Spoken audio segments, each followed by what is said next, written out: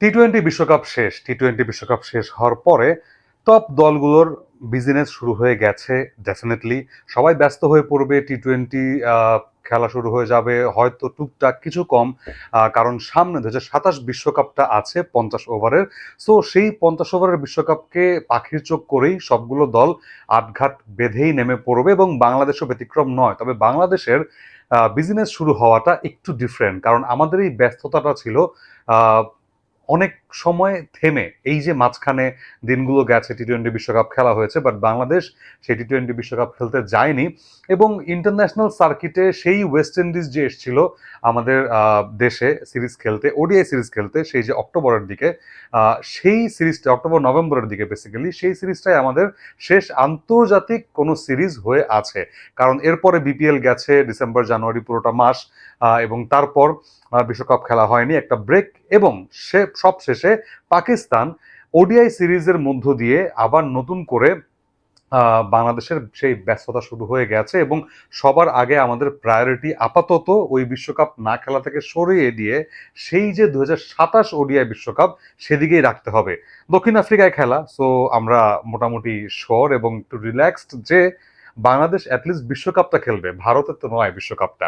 Jokes apart, but still it's true, it's our reality যে ভারতে হবে দেখে আমরা খেলতে যাইনি, বাট যেহেতু দক্ষিণ আফ্রিকায় খেলা, সেই কন্ডিশনের দিকে তাকিয়ে এবং সেটা বিবেচনায় রেখেই কিন্তু আমাদের সেই আগামীর ওডিআই দলটা গোছাতে হবে, যেই দলটা খুব একটা ভালো শেপে নেই কিন্তু ডেফিনেটলি।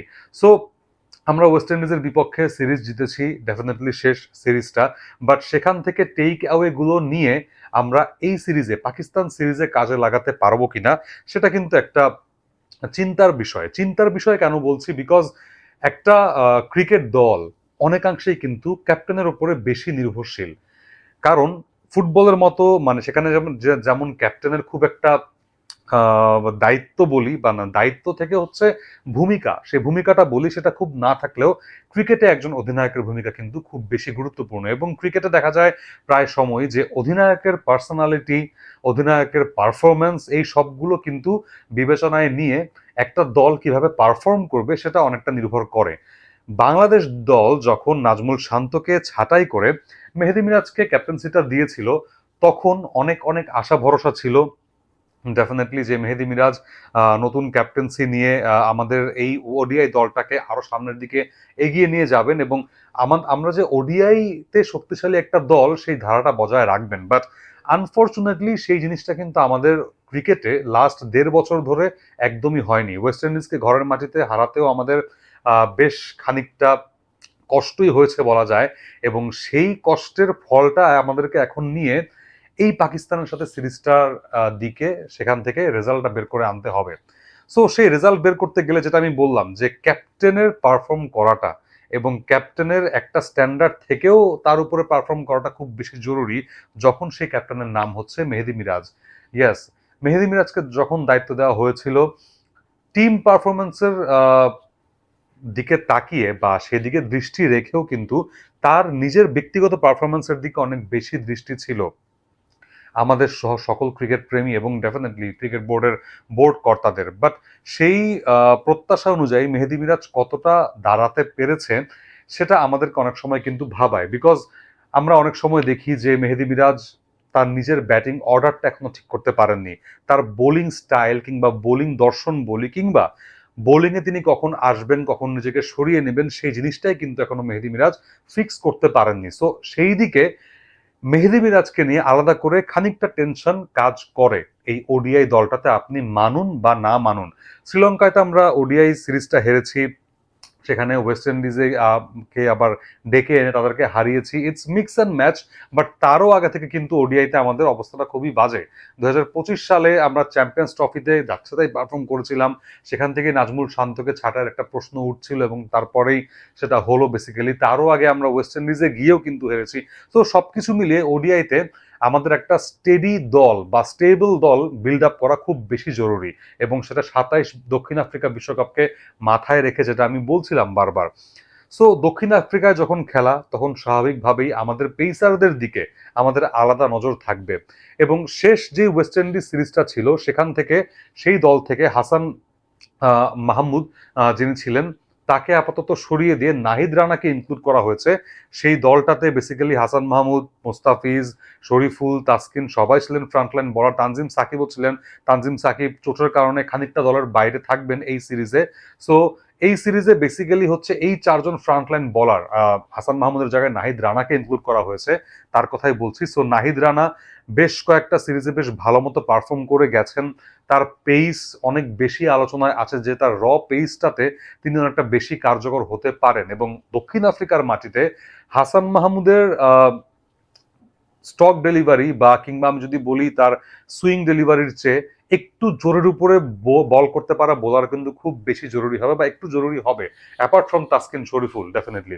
সো হাসান মাহমুদকে একদম কনভেনশনের বাইরে রাখছি না, বাট আমাদের যদি পেস ব্যাটারির কথা আপনি বলেন, এখন পর্যন্ত সবচেয়ে ভালো শেপে কিন্তু আমাদের পেস ব্যাটারি আছে। সেখানে আপনি হাসান মাহমুদকে ইনক্লুড করতে পারেন মাঝে মধ্যে, ডেফিনেটলি হাসান মাহমুদ, নাহিদ রানা এই দুজনকে ঘুরিয়ে ফিরে ইউজ করতে পারেন। তানজিদ সাকিম আমাদের আছেন আরেকটা অস্ত্র। সো দক্ষিণ আফ্রিকায় আমরা যতটুক মনে করতে পারি যে চারজন কিংবা ইভেন পাঁচজন বোলার, যেহেতু Tanzim Sakib bowling allrounder, so তাকে রেখে বাকি চারজন বোলার নিয়ে যাওয়ার কিন্তু লাক্সারি আমরা করতেই পারি, সেটা নিয়ে সমস্যা নেই বা সমস্যা হওয়ার কথা না। সমস্যার জায়গাটা হচ্ছে ইভেন স্পিন বোলিংও না, বিকজ স্পিনেও আমাদের, আমি যদি মিরাজকে একটা পাশে রাখি, রিশাদ আছেন, নাসুম আছেন কিংবা তানভীর আছেন, এই তিনজন কনভেনশনে থাকবেন ডেফিনেটলি। এবং মেহেদী মিরাজের স্পিন বোলিংটা তিনি কখন বোলিং এ আসবেন না যাবেন সেটা ঠিক করতে পারলে মেহেদী মিরাজ অলমোস্ট একটা অপশন, ভালো অপশন হতে পারে যে কোনো অধিনায়কের জন্য বা তার নিজের জন্য। প্রবলেমটা হচ্ছে আমাদের ব্যাটিংটা নিয়ে।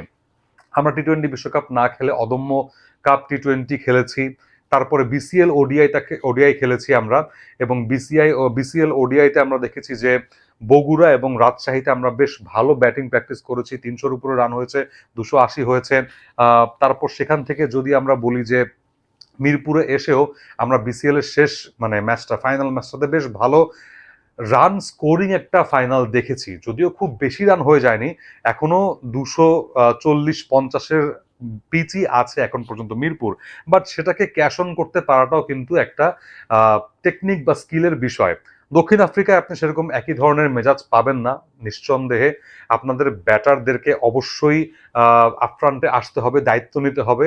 আমি যদি স্কোয়াডটার দিকে একটু তাকাই এবং ব্যাটিংয়ে কারা কারা আছেন সেই জিনিসটাই একটু তাকাই, তাহলে স্কোয়াডটাতে আমি দেখতে পাচ্ছি যে মেহেদী মিরাজ তিনি একটা ব্যাটিং অপশন নিঃসন্দেহে, আফিফ, লিটন, মাহিদুল অঙ্কন, তারপর নাজমুল শান্ত, তারপর সেখানে সাইফ হাসান, সেখানে একটা বিশাল বিশাল ভরসার জায়গা আমাদের সৌম্য সরকারকে কামব্যাক করানো হয়েছে, সেখানে তানজিদ তামিম তিনিও আসবেন, এবং তাওহিদ হৃদয় আমাদের মিডল অর্ডারের একমাত্র ভরসা। অর্থাৎ একটা নিউ শেপ দেওয়ার চেষ্টা করা হয়েছে ব্যাটিং অর্ডারটাকে।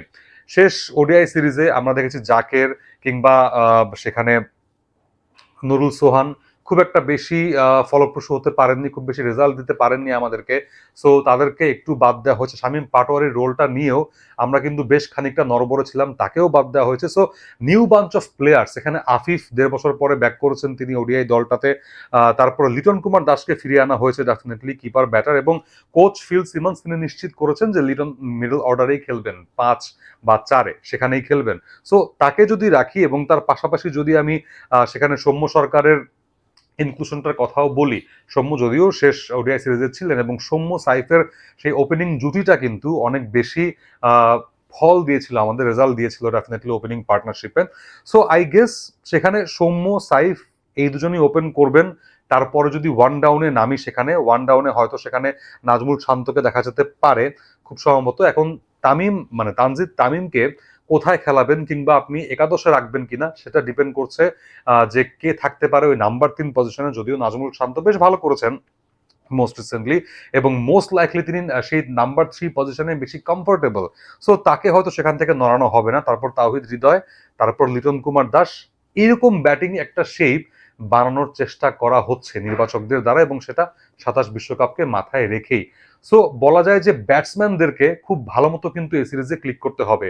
পিচ বেশ ভালো সহায়তা করতে পারে আমাদের ব্যাটারদের।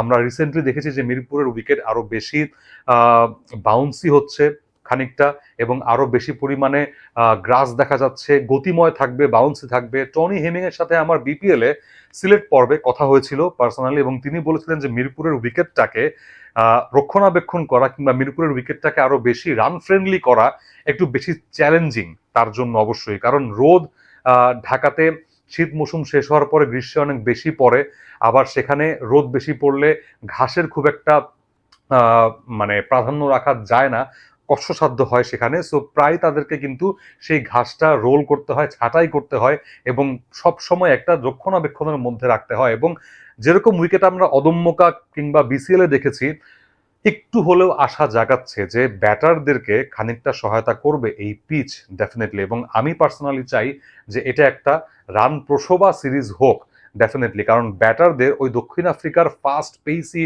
এবং বাউন্সি উইকেটে ব্যাটিং করাটাও কিন্তু রপ্ত করতে হবে, যেখানে কিন্তু রান হয় দক্ষিণ আফ্রিকার সেই পেস বাউন্সি উইকেটগুলোতে। হ্যাঁ, আইসিসি টুর্নামেন্টে আপনি 50 ওভারের ক্রিকেটে খুব বেশি রান হয়তো দেখেন না, কিন্তু টি-20-র প্রকোপে এখন ওডিআইতেও কিন্তু সেই রানের ধারাটা হয়। 50 ওভারের ক্রিকেটে আমরা প্রায় মানে 300 350 তো খুবই নিয়মিত হয়, ইভেন 400-র কাছাকাছিও কিন্তু রান পৌঁছে যায় সেক্ষেত্রে। সো ওয়ান্ডারার্স বলুন, ডারবান বলুন, কেপ টাউন বলুন, পোর্ট এলিজাবেথ বলুন, সব জায়গায় কিন্তু বেশ ভালো রান হয় পেস ফ্রেন্ডলি বা পেসার ফ্রেন্ডলি উইকেট থাকলেও। সো ব্যাটারদের ক্লিক করাটা খুব বেশি বেশি জরুরি এই সিরিজটাতে। আমি যদি একটা সম্ভাব্য একাদশ দাঁড় করানোর চেষ্টা করি, তাহলে কিন্তু ওই যে বললাম যে ব্যাটারদের তালিকাটা হয়তো এরকমই থাকবে, যে নাম্বার 6-7 পর্যন্ত একটা deep down batting order maintain করা হবে। সো সেক্ষেত্রে হয়তো সৌম্য সরকার সাইফ ওপেন করবেন নিঃসন্দেহে সেখানে। এবং আমি ব্যক্তিগতভাবে আফিফকে গেম টাইম দেওয়ার ক্ষেত্রে আহ, অনেক বেশি পজিটিভ থাকতে চাই এবং সাপোর্ট করতে চাই আফিফ হোসেন ধ্রুবকে। তো যেহেতু অনেকদিন পরে এসেছেন, তাকে যদি ক্যারি করা হয়, তাকে প্রপার গেম টাইম টুক দেওয়া হোক। মাহিদুল অঙ্কন হয়তো প্রথম ওডিআইতে বাদ পড়লেও পড়তে পারেন সেক্ষেত্রে। বাট ব্যাটিং অর্ডারের কথা চিন্তা করলে সেক্ষেত্রে আমাদের খেয়াল রাখতে হবে যে পাকিস্তান দলে কিন্তু চায়নাম্যান একজন বোলার আছেন, left arm leg break bowler, তিনি কিন্তু আছেন। এবং সেখানে লেগ স্পিনারও কিন্তু আছেন, প্রথাগত লেগ স্পিনার। সো আমি চাই যে স্কোয়াডে অ্যাটলিস্ট বাঁহাতি ব্যাটাররা একটু নিজেদেরকে ঝালাই করুক এই কন্ডিশনে। সো সৌম্য, সাইফ দুজনেই কিন্তু একটা বোলিং অপশনও হতে পারেন অধিনায়কের জন্য, তারা ওপেনিং করবেন। তারপরেই চাই আমি নাজমুল শান্তকে, তারপর সেখানে তাওহিদ হৃদয়, লিটন কুমার দাস নাম্বার 5-এ কোচের পছন্দ অনুযায়ী, তারপরে আফিফ ধ্রুব সেখানে, কারণ আফিফও ভালো একটা অপশন হতে পারে বোলিং অপশন। সেখানে লিটন কিপার ব্যাটার হিসেবেই খেলবেন। তারপরে রিশাদ হোসেন নামবেন নাম্বার 7-এ। সো রিশাদ পর্যন্ত কিন্তু আমার ব্যাটিং অর্ডার মোটামুটি ভাবে স্ট্রং। তারপরে আমি 4টা বোলার খেলানোর সেই আধিক্য বা সেই লাক্সারিটা দেখাতে পারবো সেক্ষেত্রে। সো রিশাদের আগে অবশ্যই মেহেদী মিরাজ, তিনি তো ডেফিনেটলি আসবেন সাথে, তারপর রিশাদ। সো বাকি 3টা জায়গাতে আমার এখন একটু ফাটকা দিতে হবে সেখানে, যে আমি তানভীরকে দলে নিয়েছি, তানভীরকে না খেলিয়ে আমি 3টা পেসার খেলাবো কিনা, বিকজ আমার কাছে সাইফ এবং আফিফ দুজন পার্ট টাইম স্পিন অপশন থাকবে, এবং সাইফের স্পিনের হাত যথেষ্টই কিন্তু ভালো মোস্ট রিসেন্টলি আমি যদি বলি। সো সেখানে নিঃসন্দেহে আই গেস নাহিদ রানা, মুস্তাফিজ এবং তাসকিন, অথবা মুস্তাফিজের জায়গায় শরীফুল ঘুরিয়ে ফিরিয়ে এই পেস অর্ডারটাই মেনটেন করা হতে পারে সেক্ষেত্রে। সো প্রথম ওডিআইতে আই গেস সেখানে তাসকিন, মোস্তাফিজ এবং শরীফুলই খেলতে পারেন, দুজন বাহাতি পেসার এবং তার সাথে তাসকিন, এবং তার পাশাপাশি মেহেদী মিরাজ, রিশাদ, দুজন জেনুইন স্পিন অপশন। সো 5জন বোলার, তার পাশাপাশি আফিফ এবং সাইফের সেই স্পিনটা পার্ট টাইম, এবং Soumya Sarkar he can bowl also with that part time medium pace. So এই হচ্ছে আমার পছন্দের একাদশ। আপনার পছন্দের একাদশটা কালকের ম্যাচের জন্য কি হতে পারে জানিয়ে দেবেন হোয়াট দ্য পিচের কমেন্ট বক্সে। এবং যারা যারা হোয়াট দ্য পিচ চ্যানেলটা সাবস্ক্রাইব করেননি, দয়া করে সাবস্ক্রাইব করবেন এবং বেশি বেশি করে কমেন্ট করবেন, সো দ্যাট আমি আপনাদের ইচ্ছাটা বা আপনাদের ট্যাকটিক্সটাও জানতে পারি এবং আমার সাথে মিলিয়ে নিতে পারি। ধন্যবাদ।